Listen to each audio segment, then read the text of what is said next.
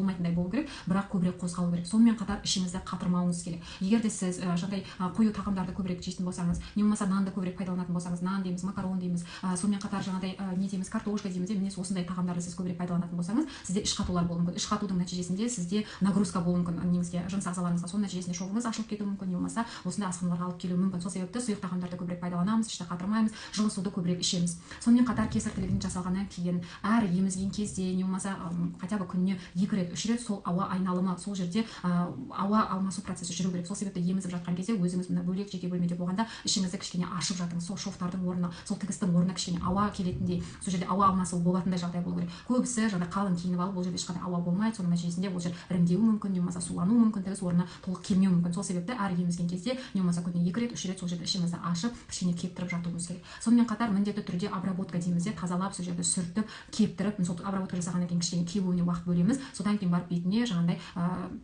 жабатындай мысалға бинтпен, немесе сол жерге арнайы бір шүберекпен, пластырмен сол жерде жауып қоямыз қыздар міндетті түрде. Сонымен қатар емізген кезде сіз міндетті түрде жатып емізуіңіз керек. Отырып, не болмаса былай селкілдетіп, не болмаса тұрып емес, именно жаңағыдай жатып емізу керек. Сол кезде мынау жатырыңызға сізден салмақ түспейді.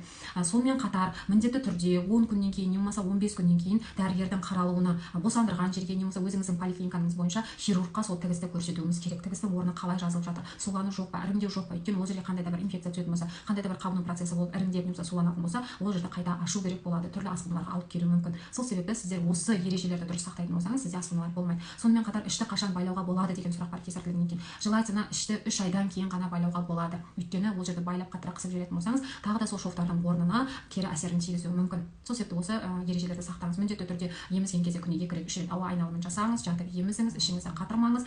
Сонымен қатар жаңағыдай ішіңізді байламаңыз. 15-20 күннен кейін, немесе 10-15 күннен кейін дәрігердің қарауына барып шофтың орнын көрсетіңіз. Сонымен қатар кесар тілігі жасалғаннан кейін ары қарай уже 40 күннен басып сақтану керек. Өйткені бір кесар тілігінен кейін жүктілікті 2,5-3 жылдан кейін, немесе 1-2 жылдан кейін жүктілікті жоспарлаған дұрыс. Өйткені ол тігістің орны толығымен орнына келу керек, тыртық орнына келу керек. Өйткені жатырға, жыныс ағзаларына кері әсерін тигізуі мүмкін. Ауырып ем іздегенше ауырмайтын жол іздеңіздер.